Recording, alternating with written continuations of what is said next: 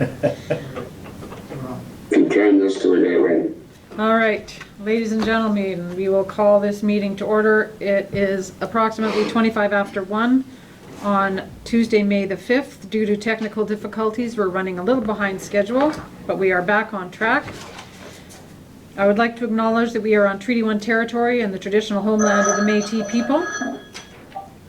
And we are using go-to meetings again to allow some members, council members, to attend from their home. And we can't live stream and use go-to meetings, so the meetings will be uploaded in the next day or two to our website and on YouTube. So thanks to those of you who are tuning in, and thanks to Raymond for arranging the room so that Mike and Raymond and I can practice physical distancing. And thanks for joining us online, guys. Introductions. Erwin, let's start with you. Erwin Kumkep. Graham. Hello, I'm Graham Randall. Steve. Turn on your microphone. Turn on your microphone, Steve. All right, Steve Axworthy here. Mike Bartmanovich. Raymond Moore, CEO. And Penny McMorris. Thanks, everybody. Moving on to the adoption of the agenda. We have four additions. So we have the doctor's cottage roof. We have the brushing date for residents. We have COVID posters, and we have garbage bins. I need anything else to be added? All right, I need a mover and a seconder then, please, for the agenda. I'll Mike, move for reduction. Graham move, Mike second. Thank you. All those in favor? Carried, thank you. Moving on to the minutes of the April 21st, 2020 regular meeting of council, which have been circulated to all members of council. Be it resolved that the minutes of the April 21st, 2020 regular council meeting be adopted as presented. Moved by Erwin, thank you. Seconded by Steve, thank you. Any discussion on the minutes? All those in favor? Carried, thank you. No delegations. Moving on to accounts and finances. Be it resolved, the following list of accounts be approved for payment. Accounts payable checks 8280 to 8294 in the amount of $16,162.33. May 1st payroll in the amount of $31,110.17, and Visa in the amount of $3,400.10. Moved by Erwin? Steve? I have reviewed the list of accounts. Hang on, Erwin, I need a mover and a seconder. Steve moved it, I need a second. Graham. I'll second it. Thank you. All right, discussion, go ahead. Just a further comment. I've reviewed the list of accounts. They appear to be in order. There were two large items we purchased. There are a large supply of chemicals for the water treatment plant, almost $8,000 worth. Okay. Any further discussion? No? All those in favor? Carried, thank you. And you'll arrange for someone to sign on my behalf, please? Yes, we will. And Erwin, do you want to just do your March financial? Yes. The report is late this year because some delays when Lynn was working on the annual budget. So our accounts, let me start over again. The reserves of the municipality dropped by $93,930 compared to a year ago. That amount has been consistent because we were purchasing some equipment. Our accounts receivable is standing at $282,000, up from last year's $222,000. Cash is down to $25,030 over last year's amount of $190,000. Comment on that. Sometimes there's timing issues depending on when the actual month-end run is done, so that number can go up and down. Our operating deficit to date is $343,000 compared to an operating deficit last year of $271,000. If you take our reserves, our cash and receivables, we're $198,000 lower than last year. Financial results at this time of the year traditionally do not look good, as we have very little revenue but expenses continue. We have reserves of $650,000 plus a line of credit of $500,000, which will allow us to operate without any reductions in service until new tax revenues begin to flow starting in June. Thank you very much. Any discussion on Irwin's comments? Okay. Thank you. Thank you very much. All right, moving on to other business. Be it resolved that bylaw 1607, providing for an administrative penalty scheme for general bylaw enforcement, be given second reading. I need a mover. So moved. Mike, I'll move that. and Graham, thank you.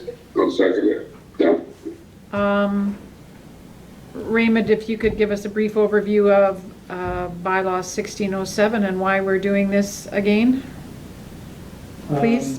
Bylaw 1607 is basically addressing the change to the building bylaw. When you passed the building bylaw a meeting or two ago, that bylaw was listed in this enforcement bylaw for fine purposes, to enforce the bylaw by implementing fines. Once you change that bylaw, it got a new number, and the building bylaw was listed under the old number, of course, in the enforcement bylaw. So we had to make a change to the schedule. That's the only change to bylaw 1607 from the original enforcement bylaw, which was 1585, I believe. I think you're right, yeah. Yeah, 1585. So that is the only change. It's to address the schedule that lists the building, the old previous building bylaw under a different number, so that we can enforce it if need be via a fine. Okay, thank you very much. Any other discussion? No? All right. All those in favor? Second reading? Carried, thank you. Moving on to the third reading, be it resolved that bylaw 1607, providing an administrative penalty scheme for general bylaw enforcement, be given third reading and passed. And this is a recorded vote for the third reading. Any further discussion? Oh, mover and seconder, pardon me. Steve and Irwin. Steve moving, Irwin seconding. Thank you, gentlemen. Any further discussion?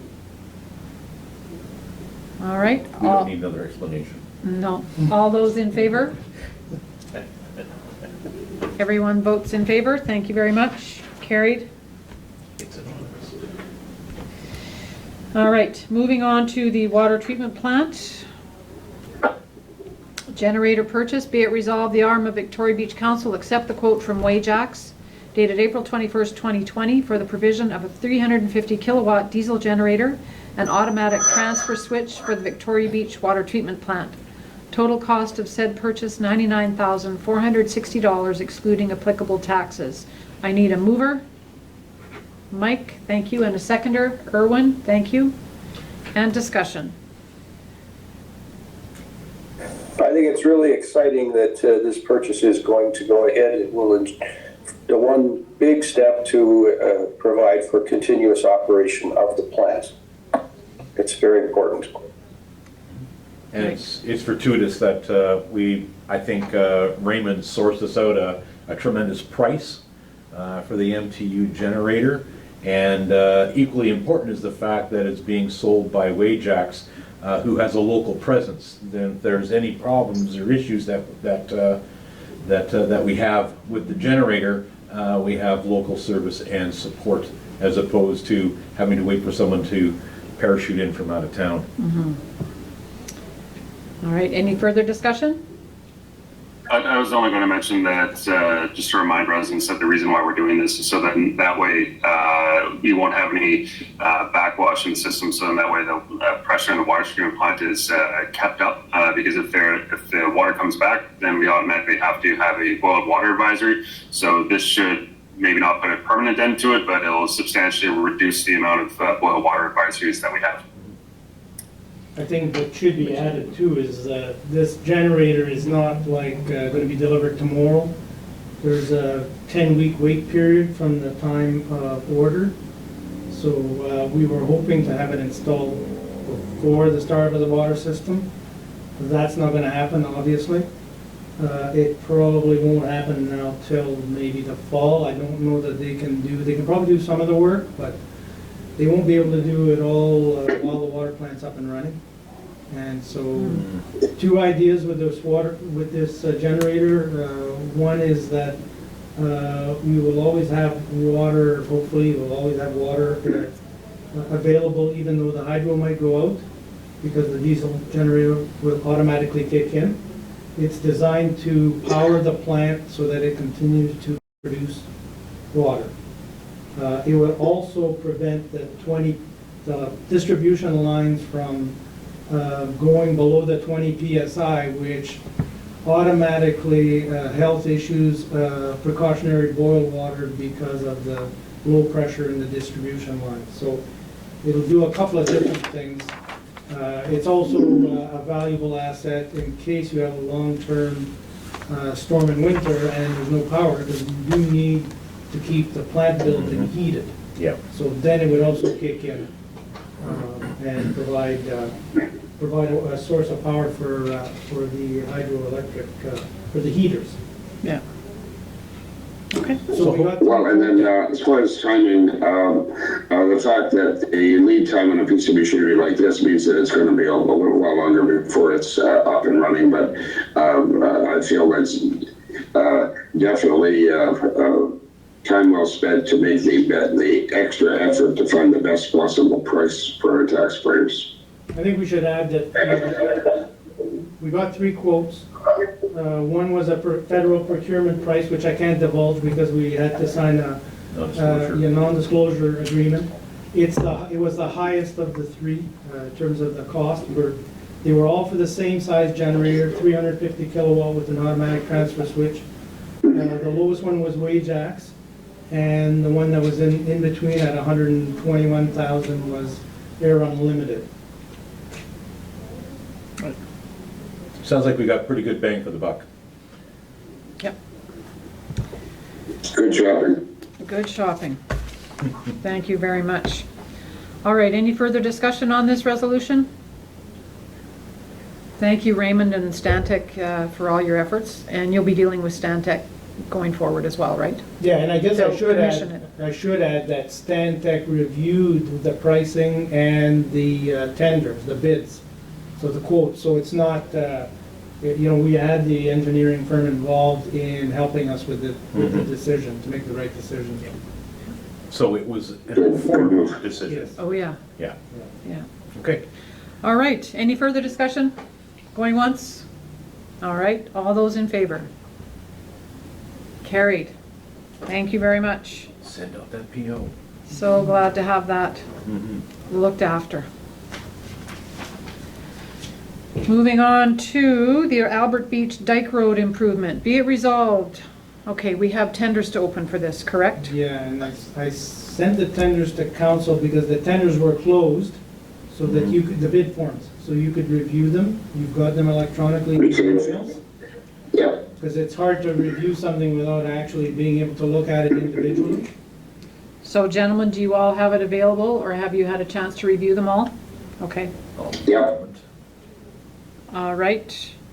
Before I read the resolution, I'll just read the main parts of the tender.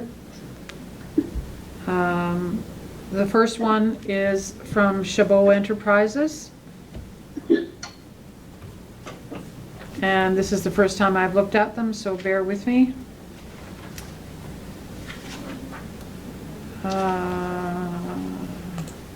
price from Chabot is $63,964.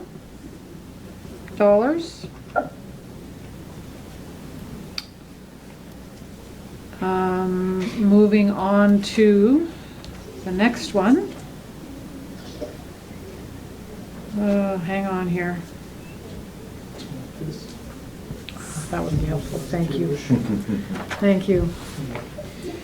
The next one is from Wayne's Backhoe and Excavation. And their total price is $47,161.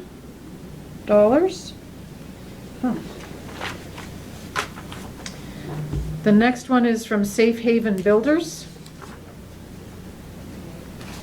And their price is $82,000 and $82,715.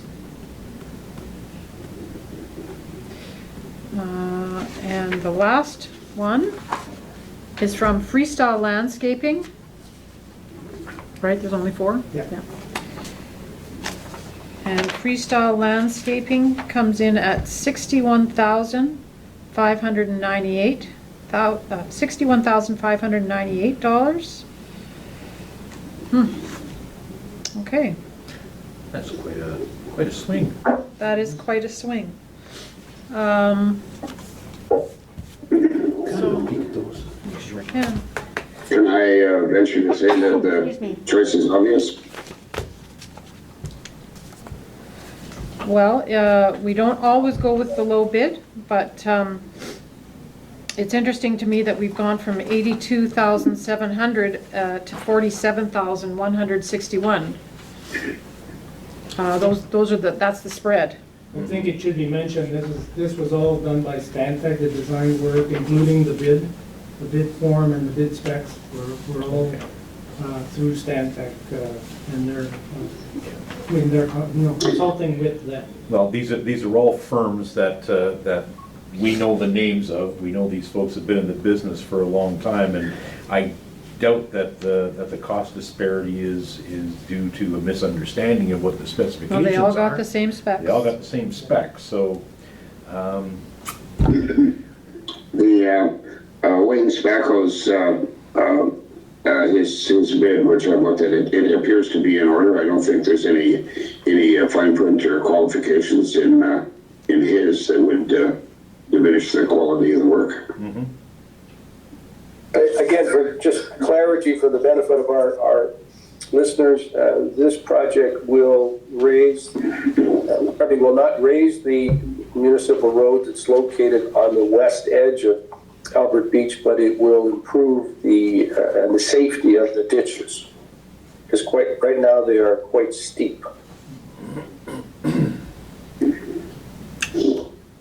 Okay. Again, I've worked with all 3, so I don't know why there's such a major disparity between all of the bids, but I'm a little bit more inclined to go with Wayne, only because, again, I've worked with all 3. They're all extremely competent, but given that they all receive the exact same specs, and I do know that they know exactly what they're doing, I would be more inclined to go with the lowest bidder on this one.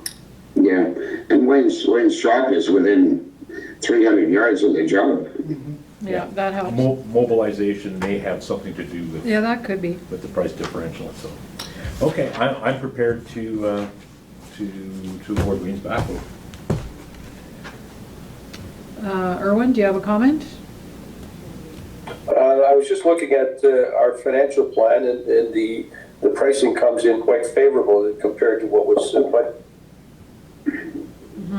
I especially like that. Yeah. Yeah. Okay, any further discussion? It looks like we are going to award this to Wayne's Backhoe. Correct? Okay. So I will go back to my resolution.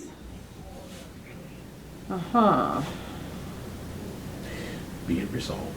I think it starts with that. It does start with that. Be it resolved that the RM of Victoria Beach Council accept the tender from Wayne's Backhoe and Excavation Limited to upgrade the Albert Beach Dyke Road at a cost of $47,161, excluding GST. Further be it resolved that the project's start date be delayed until the road weight restrictions are lifted, with the project work to be completed no later than June the 19th, 2020. May I have a mover? Mike, and a seconder? Well, look at all those hands. We'll give it to Erwin. Yeah. Thank you very much. Any further discussion? All right, call the question. All those in favor? Thank you very much. Carried.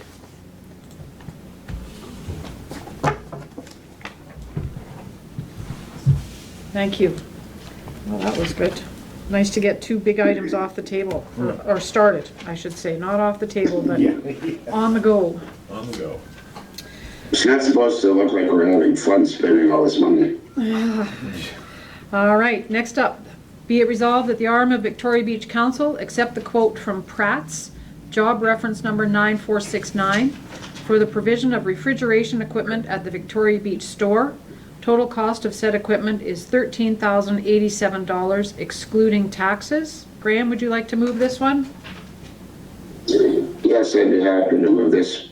And who's my seconder? Mike, thank you. I'll second it. All right, any further discussion? A few words on this, just by way of explanation. This goes back to a round of inspections of all municipal buildings last fall, extensive meetings with Liz and Jerry as they pertain to the Victoria Beach store. Some of the coolers and the equipment in there is falling apart and it does not operate properly anymore. Liz, to her credit, she helped a great deal. She did most of the shopping and sorting and negotiating, and this particular supplier, Pratt, were very, very good. They worked with her on many different alternatives. If we do it this way, if we do it that way. A lot of time was spent on getting the best possible deal, which is one reason why I support this. This adds to the value of our asset and certainly going to reduce repairs and downtime going forward. I think it's the right thing to do. I think it might reduce some electrical bills as well, if we've got doors that close properly. And my understanding is that they will come in and remove the old ones, and that's a big part of getting the new ones in there. It's getting the old ones out. So that's a big help to Lisa. Well, and the contractor is engaged to part of this, or an add-on to this, to properly remove the freon from the old one as it's removed. So it looks like all the bases are covered, and this benefits everyone. Right. Any further discussion? No. All right, all those in favor? Carried. Thank you very much. We're spending money. All right.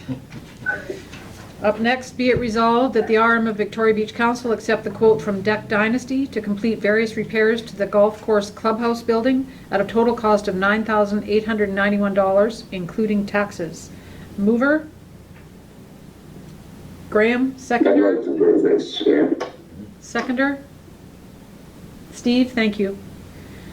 Graham, would you like to speak to this? Just a very few words. Once again, this goes back to last fall inspection of municipal buildings. Mike was very helpful in meeting with me at the golf course. And thank you also to our manager, Carl. The clubhouse is in need of some renovations. Things have been adding up for years and years and deteriorating. There's no big ticket items, but a lot of improvements that are going to get worse and cost a lot more if they were left. There was extensive process guiding interested contractors, bidders through the facility. They all bid on exactly the same shopping list, and the offer from Deck Dynasty is the best, and so I certainly support it. Okay. And this has been something that's been, you know, on our list for prior to you coming on council. Use and use the old municipal buildings fixed list, Penny, that you and I inherited at the start of our, Yeah, this finally tidies up some of those, yeah. some of those things to make the clubhouse more usable, safer, more energy efficient, and just a better all-around facility for our golfing friends. Well, I appreciate the effort you, Mike, and Carl put into it. Thank you for finally getting this one done. Moving forward on this one. All right, any further discussion? No? All those in favor? Carried, thank you very much. Oh, I feel good. That feels good. Yeah. Get another one moving forward. It was an ugly one. It was an ugly one. Yeah, it's not aesthetics, that's all functional. Oh, it It's is. gonna make the clubhouse work so much more efficiently. Yeah. All right, moving on to the mobility scooter. Be it resolved, the Arm of Victoria Beach Council accept the quote dated May 1st, 2020 from Reliable Mobility for the provision of 4-drive Phoenix mobility scooters at a per unit rental cost of $510 for the duration of the vehicle restricted period, excluding applicable taxes. Mover and seconder, please. For Erwin and Steve, thank you very much. And I was the one who got in touch with Reliable Mobility. They've been providing us with scooters for the last 3 or 4 years, I believe. They deliver them, they make sure they're running, they come out and repair them for a fee, and they pick them up at the end of the season. So, and all for a very reasonable price. I don't think their price has gone up in the whole 4 years we've used them. Yeah. So I'm thrilled, and if we need to order more, we can always make that call later in the summer or earlier in the summer. We'll have to see how it goes, but they've been great to work with, so. Yeah, it looks good. I believe that we did add one. I believe that we did add one additional unit to our orders this summer. Yeah? Last summer we had 4, and this summer we still have 4. You know, if we need one, we can reach out and see if they have another one available, but we don't know what the summer's gonna bring, right? So I think if we start with the 4. My one major concern as always is that they're properly sanitized, and definitely a reminder to everybody who's going to go use them to sanitize them on their own, Yeah. just to be extra safe. Yeah, yeah. Agreed. Okay. All right, any further discussion? All those in favor? Thank you very much, carried. Okay. All right, next on the list is propane and sparkless outdoor fire pits and fireplaces. This is for discussion. Mike, do you want to start this discussion? Sure, thanks, Penny. In the last couple of days, Fire Chief Brad Patzer has published a little bit of a letter to help to inform people about the process that he and the rest of the fire department follow when they implement a fire ban. And it's on both the RM in Victoria Beach Facebook page. I understand it's also on the fire department information page. And I believe it was going to be put up on the RM website. Anyway, it boils down to that there are so many things that are taken into consideration, and the implementation of fire bans are never ever done lightly, and they're done to benefit the entire municipality, not just individual areas. When fire bans are on, I'm a fire pit guy too. So I understand and I appreciate the importance of them and the importance of adhering to fire bans, but still sometimes you feel that something's lacking from the experience. A couple of days ago, I took possession on a borrow basis of a propane fire pit that I've had the opportunity to use a couple of times, and these things are marvelous. I'm sorry I have to give it back to the person that lent it to me. As a matter of fact, we were so enamored that we went into the city and we bought one.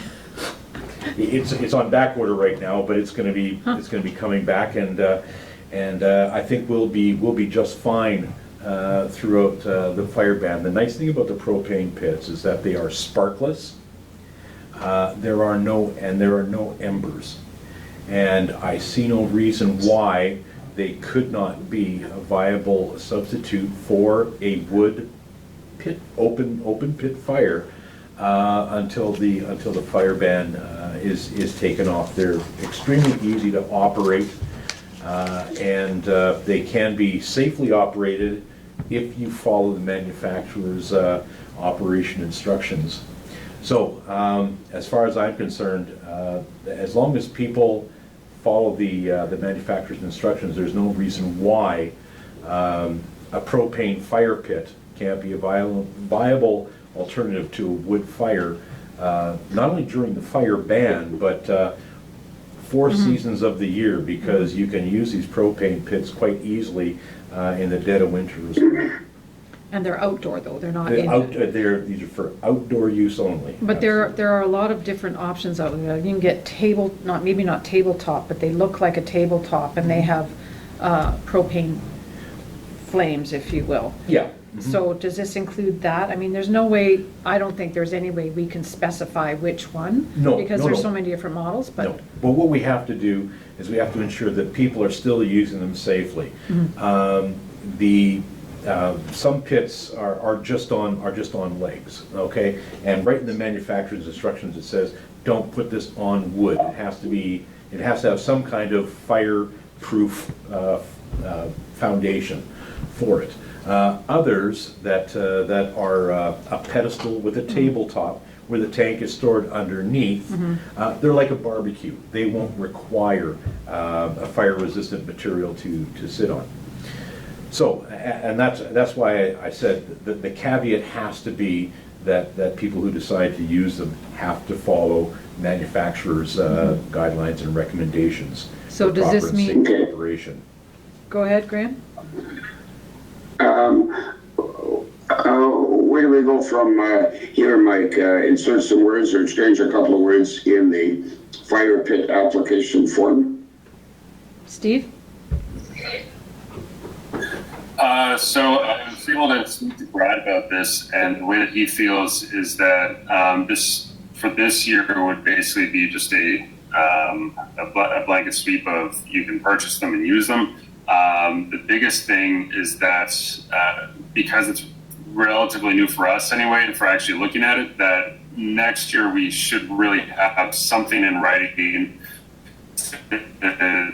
give some guidelines to it. My biggest concern is that you have an open flame, and even though, yes, it's sparkless, yes, you don't have any wood around it, there still does there needs to be some firm guidelines set forth by the municipality, but Brad was of the opinion that this year we can just sort of let it ride, but then next year we can really sort of think it out, and maybe it's an addition to the fire permit, so it's at the very end, or however we choose to do it. It could even be a separate permit altogether, but basically that it's governed different than an open fire pit, but you would still have some general regulations like some method of extinguishing, et cetera, et cetera.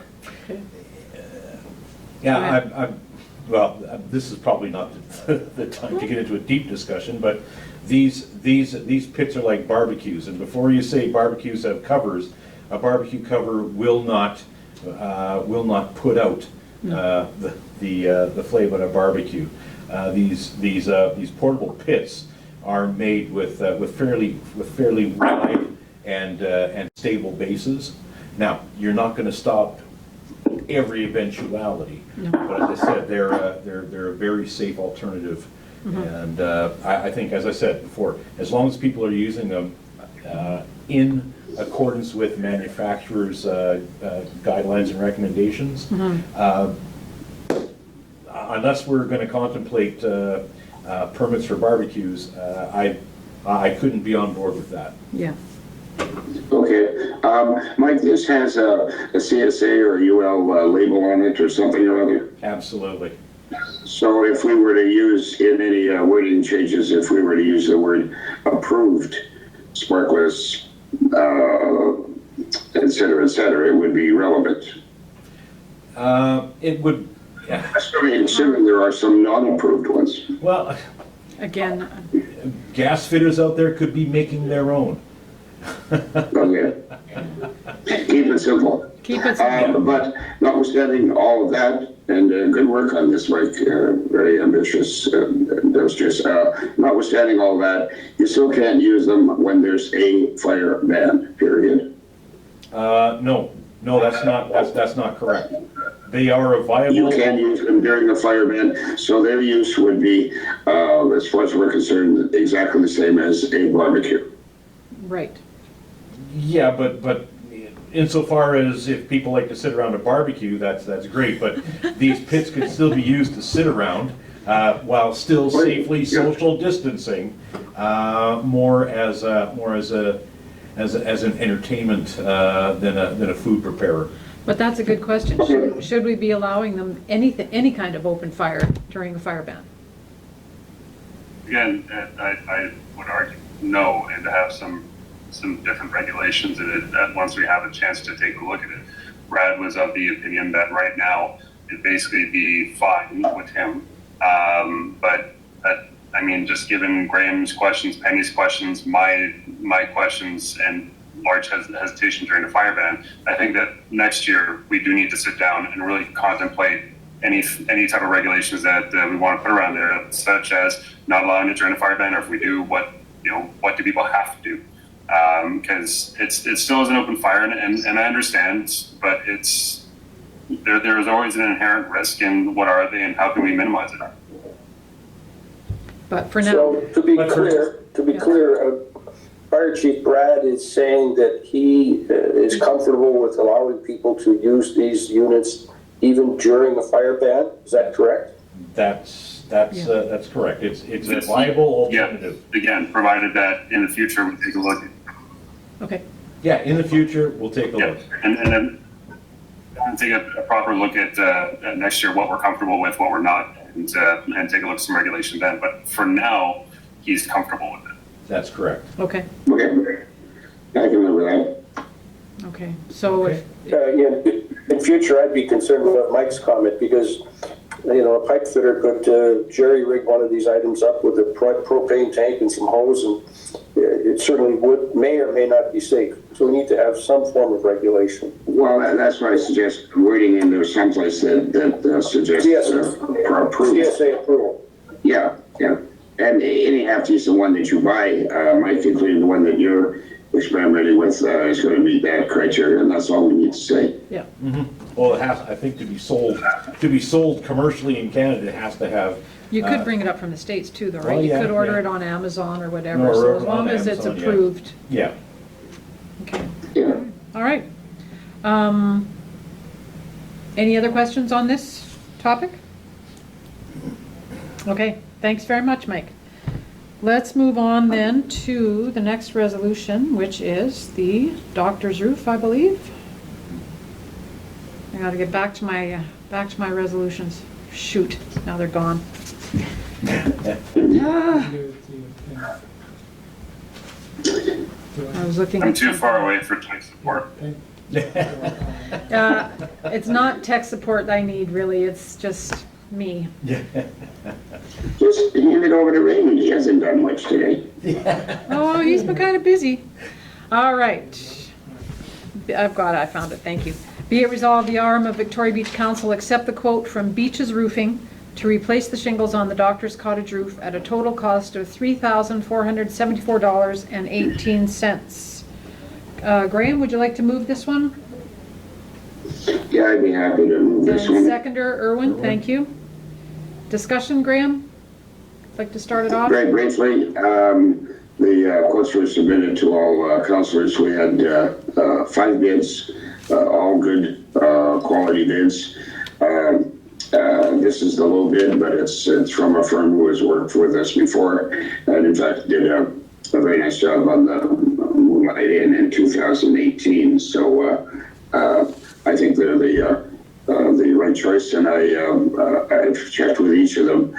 And as far as scheduling, and this one is Beaches is prepared to do it, so it could be done before the doctor opens for business this year, as far as we know. Good. Excellent. Yeah, that seems like a pretty reasonable price to me, so. Yeah, it's very reasonable. I won't talk about the other prices, but it looks good. And then Erwin, you're dealing with your committee as far as color of the shingles. We might as well make it look good while we're at it. And you and I and the committee will sort that out in due course. Thank you very much. Okay, we're not worrying about. Thank you. On behalf of the Doctors Committee, Graham, thank you very much. The effort is indeed appreciated. Yeah, great. Thanks, Graham. All right. Any further discussion? All those in favor? Carried. Thank you very much. Moving on to Raymond. I don't have resolutions for the brushing. Be it resolved that Resolution 2020/56 be amended as follows.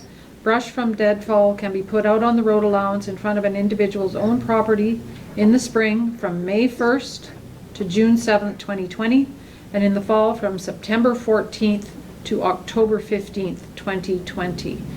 May I have a mover and a seconder? Mike's moving, thank you. Steve, second, thank you. Discussion? We're redoing this yes. resolution, sorry Graham, we're redoing this resolution because the original one we did was more for the pickup, not for putting the stuff out on the road allowance. So we need to get the stuff out on the road allowance early so that the chipper can pick it up in good time and he has enough time to get it off the roads before people come down. Okay, understood. No further comment. Yeah, this is a safety issue as Yep. well as anything else. We do a lot of walking throughout the entire municipality, and putting out huge piles of brush while there's still fairly good sized windrows in the side of the road. It's dangerous. This stuff starts falling onto the road, and it could potentially cause some real problems. So hopefully by May 1st. The majority of the snow is gone, although Mother Nature's kind of surprised us a taking her couple time, of yeah. times this year. Enough of the snow is gone so that brush can start to be put safely on the side of the road. And just while we're talking about brushing, folks, the chipper has limitations. It can only chip tree trunks that are, 3 or 4, maybe 5 inches. I thought it was up to 12 inches. Is it up to But 12 inches? I'm not sure, but, No, Oh, they don't chip that, they just haul them away. yeah, I think they Okay. just, they don't chip and just haul, yeah. So, Okay, yeah, the 150-year-old trees, maybe you want to link those and haul them to the dump, or save them in the yard for when the fire ban comes off. yeah. And also, pile all your brush going the same way, please. It makes it so much easier for the guys to grab the pieces and toss them in the chipper. And, I'm sorry, go ahead. If you have a big tree trunk, then just leave it sort of at the edge of your yard near the entrance. There's a lot of locals who'll come by and take it off your hands just because, well, we need firewood. Graham? Thanks, Steve. Just a quick item, this slight revision to the pickup dates for the three reasons that you've explained, are they reflected in the information for residents, cards going in the ad bags? Yes, Raymond's done that. Oh, you caught that in time? Yeah. Okay, and the pickup dates, which most people are concerned about, they've remained unchanged. The pickup Pickup dates? Is that right? Okay, so it's the same. Well, yeah, I mean, the pickup dates, that, you're talking about the brusher now. Yeah. The contractor. Yeah. Yeah, well, I had discussed with the contractor, so he would start around the end of when people can put it out, that's when he'd start doing the chipping. Yeah. Okay. All right. All right. So, any further discussion? All those in favor? Carried, thank you. Two more items on our list, a discussion on the COVID-19 posters. Steve, do you want to start this one? Yeah, so I went around the whole RM, and there is a poster on every street corner and also in the middle of every cul-de-sac in the RM. Although I just realized today that I need to get down to Pelican Bay and put a pull up there. But these are supposed to be reminders for people to keep your 2-meter distancing, all the precautions that you should take in, as well as this guy right here, which is telling you what to do if you suspect that you have COVID. And these are all precautions that haven't changed since day one. Fortunately, somebody had decided about 4 or 5 days ago they didn't like some of the posters, and through all the avenues they were torn out. So I had to relaminate, go back, put them all back up, and a couple of things. First of all, this is a global pandemic. And not something that we should be joking around with.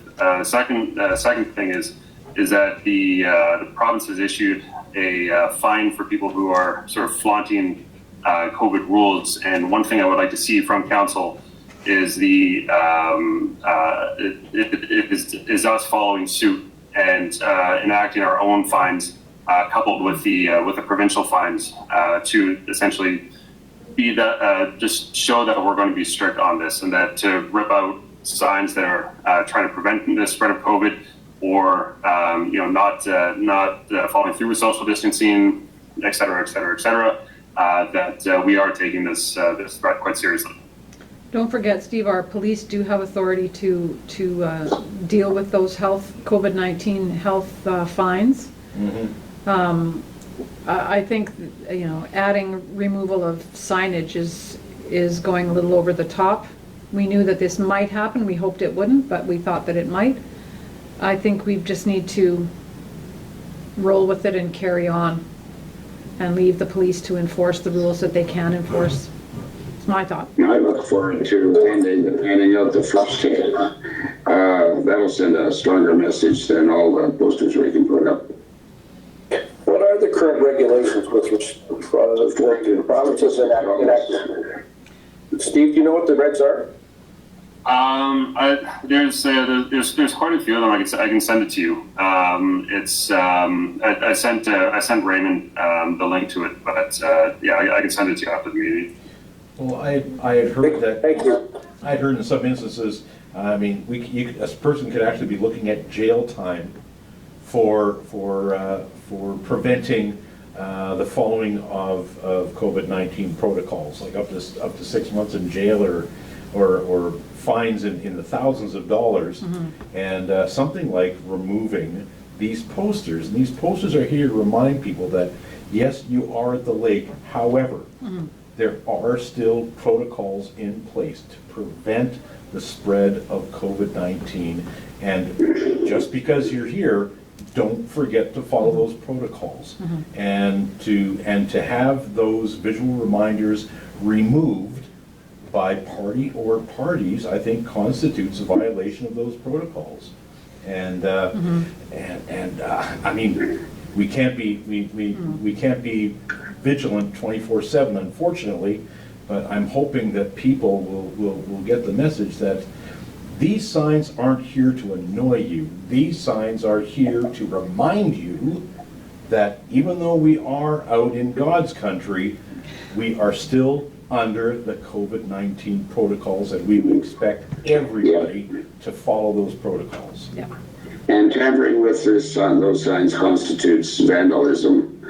And as far as the social distancing, it's my understanding it's a provincial guideline, $456. Right.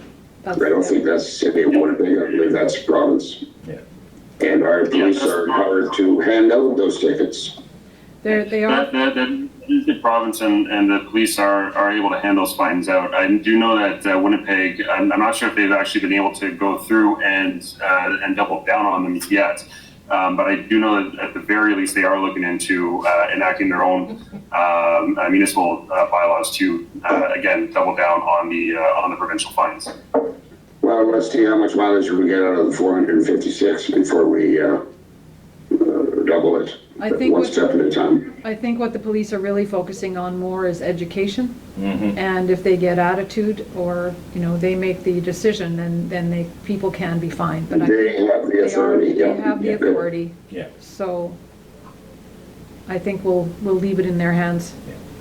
Yeah, keep in mind if the police issue, a PON, a provincial offense notice, it's a court offense. Mhm. If they have issue a notice to do with a bylaw, it's not a court offense. It stays in-house. It's the municipality that deals with it directly. It's a completely different concept. So the one that they would issue the $400 fine for willfully not abiding by the regulations put in by the province, that's a provincial offense notice that they would issue. So it's a completely different thing. Yeah. Okay. Just one comment, when I first heard about this, I thought, well, perhaps it's a bunch of kids just pulling off a prank, but this appears to be a concerted effort by an individual or individuals who are simply not prepared to follow common sense and provincial health guidelines. And I would encourage our police to be vigilant, and if they find people defacing the material, hand the fine out. Right. I got cut off there. I got booted. So I missed part of that. Is there any chance we might be able to go back for 2 minutes? Well, Going to repeat it. I don't know that you missed much. Yeah. Erwin, I caught this. What you said, yeah. What I mentioned. Go ahead, Erwin. My point was simply that when I first learned of this unfortunate event, I thought it might be just a prank by a couple of kids or something, but based on what you've told me, this is a concerted effort by a group of individuals or individuals who are simply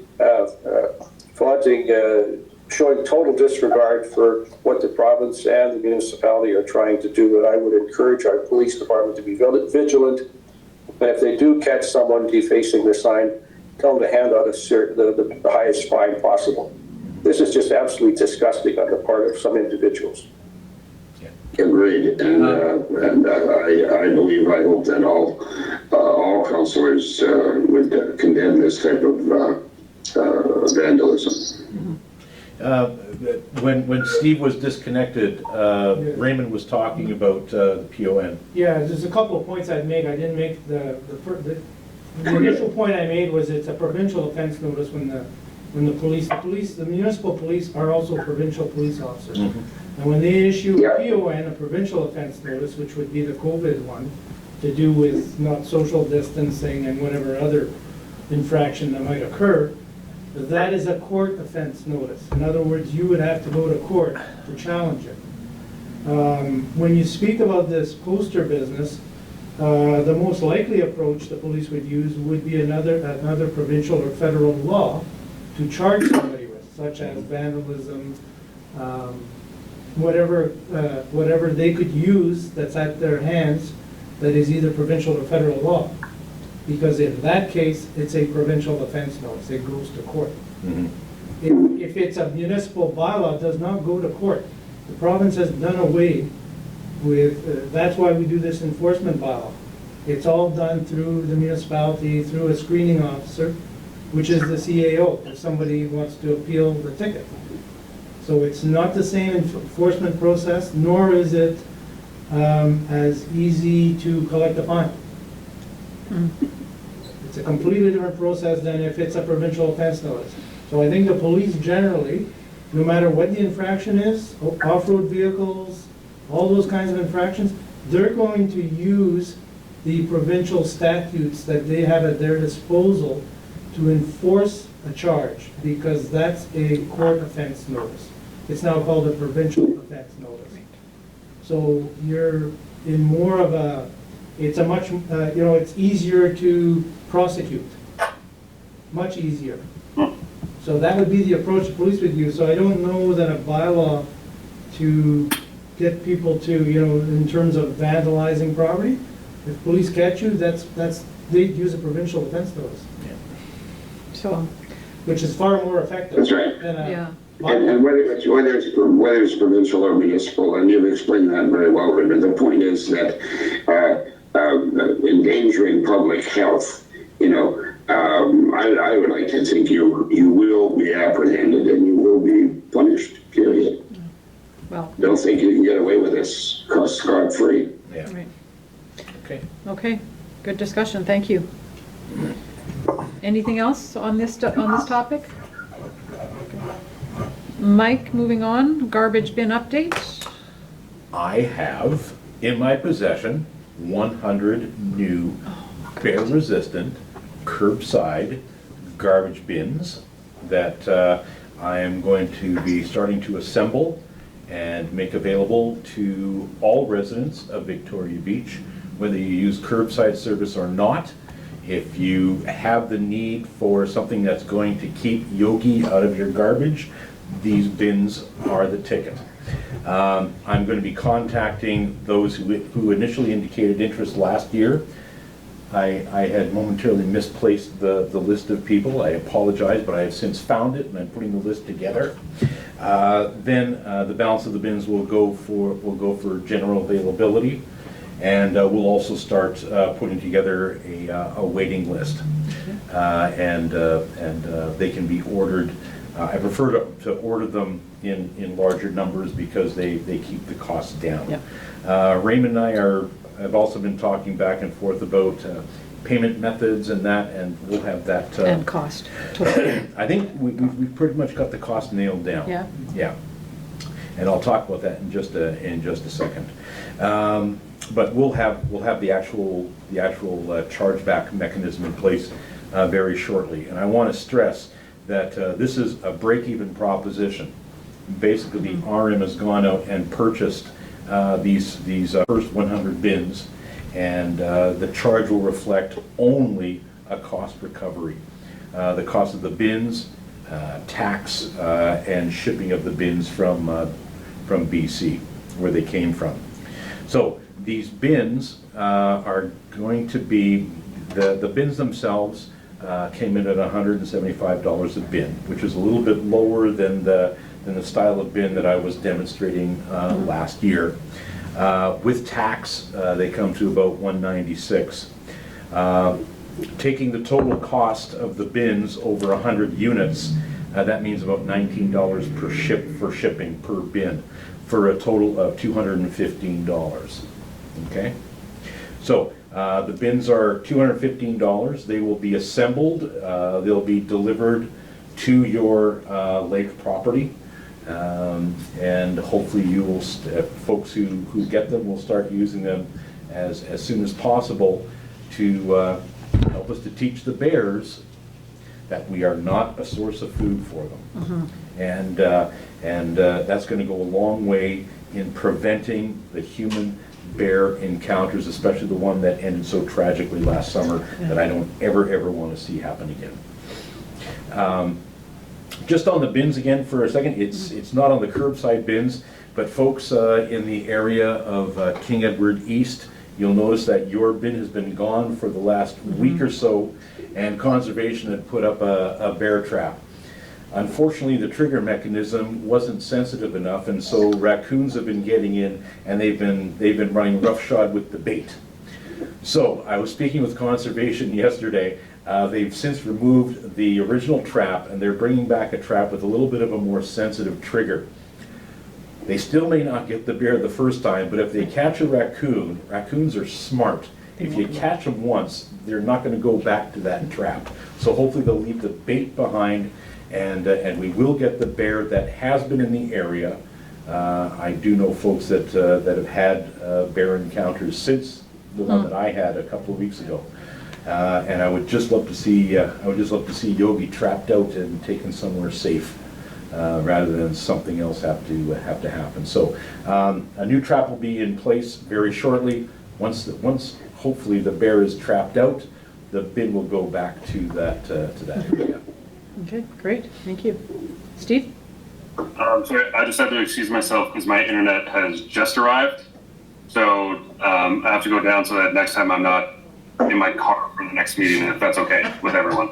We've got quorum. Yes, we have quorum. You're gonna miss the enjoyment, the best part of the meeting. No, we've got correspondence to go, but anyways, good luck with your internet. Okay. Yeah, thanks, Steve. Thanks, Say hi Steve. to Go ahead. Thanks, Steve. Okay, well, thanks a lot, Mike. I know that's a lot of work. Are you still storing them at the They're still community club? at the community center, yeah. And did they take away the wrong bins? These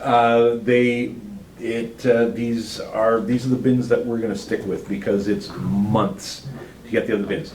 I've since spoken with the designer of the lift mechanism that was gonna go with the original bins. Something can be done Okay. for these bins as well, yeah. Good. So there shouldn't be any increased degree of difficulty in emptying these bins into our existing garbage truck. And so when you contact everyone, myself included, you'll let us know how to pay, when to pay, all those details? All that good stuff. Okay, great, thank you. A lot of work. Well, Thank you. Keeps you on a Good track. work, Mike. Yeah. Okay. That's it for the agenda. We move on to correspondence. I have a few things. Does anybody else have any? No? All right, shall I go ahead? Just a reminder, the AMM June district meetings are going to be online this year. I sent a link to everyone yesterday, I think, or the day before.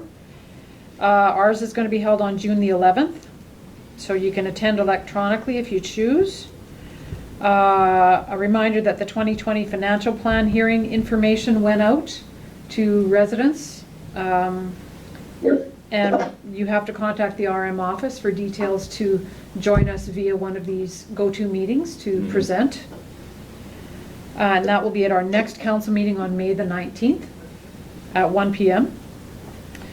The VB water utility bills will be in the mail shortly, and they are payable at the end of July. We get them out early so that we can inform the public about the annual boil water advisory for startup of the system. And a reminder to all residents that COVID-19 precautions are in effect in Victoria Beach, as we've discussed already, and May Long weekend is coming up. So let's remind ourselves and our neighbors that we have to keep our distance and wash our hands and cough into our sleeve and do all the things that we need to do to prevent COVID-19 from transferring into our community. Further reminder that the fire ban is in effect, and I know there has been some correspondence and some questions about the fire ban, and some people are saying there is no provincial-wide fire ban. There are restrictions. There are restrictions, so perhaps our wording was not correct, but there is, I'm just trying to find my email from the conservation fellow. I actually put the information up on. Did you put it on the page. website? Yes, on the Facebook page. Explaining, What a fire restriction is. right, so still no open fires. Mhm. And the Victoria Beach Harbor Authority, I wanted to remind council and residents that the Victoria Beach Harbor Authority, with approval from federal small craft harbors, have closed the Victoria Beach Pier to all public access until further notice. There will be signage going up and barricades. That means we can't walk on it, we can't bike on it, we can't fish on it. We do not have access to the Victoria Beach Pier until further notice. The marina will be open June the 1st to authorized boaters who are registered with the VB Harbor Master. And only commercial fishermen and the harbor master are permitted to access the marina before June 1st. So I know it's lovely to be able to walk out on the pier, but it is off limits. So I just wanted to remind the public and council of that. And again, that's federal. And That's that is federally mandated. That is federal, yeah. So, and also the parking area on the pier point will be closed off. There are 2 entrances onto that area, and that will also be blockaded or barricaded. So there will be no parking up there because there will be no fishermen. Mhm. And we have 4 commercial fishermen. They are able to park their vehicles in the marina parking area, if you will. And they are all supportive of what we're doing and what the Harbor Authority is doing, so. Good. Just wanted to let you know that. And I think that might be all I have. Anybody else? All right, adjournment. So moved. Be it resolved that the May 5th, 2020 regular council meeting be adjourned. The next regular council meeting will be held on May 19th, 2020 at 1 p.m. at 705 1661 Portage Avenue in Winnipeg, and it will be held remotely. And that will also be our financial plan hearing. May I have a mover and a seconder? Mike moves, Erwin seconds.